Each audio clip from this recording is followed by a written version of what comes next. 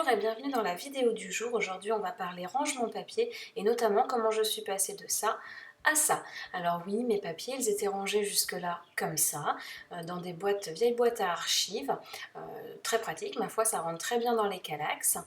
J'ai ici mes papiers unis, mes imprimés sur les deux boîtes du milieu et mes papiers spéciaux dans la dernière boîte. Donc quand j'ai besoin d'un papier, je sors tout simplement, je tire sur la boîte, je peux la sortir complètement et je prends mes papiers. On y va. Alors voilà, il s'agit tout simplement d'une boîte d'archives A4. Normalement, il y a un rabat en fait qu'on peut venir glisser dans cette fente. Moi, je l'ai tout simplement découpé et je range mes papiers dans ces boîtes-là.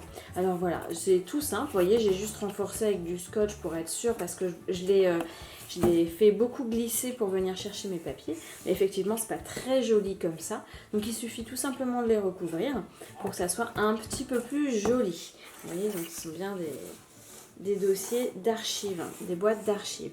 Donc nous, à la maison, on a tout simplement fait du papier peint assez récemment. Il nous reste des chutes. Donc je vais utiliser les chutes de papier peint. Alors vous voyez, là en plus, la hauteur c'est parfait. Je garde 4-5 cm au-dessus et en dessous. Et je vais tout simplement faire comme si c'était un papier cadeau. Que je vais emballer en fait ma petite boîte et puis faire le joint ici à l'arrière de la boîte. Je vous expliquerai pourquoi après, c'est important. Alors on y va, il n'y a plus qu'à fabriquer tout ça.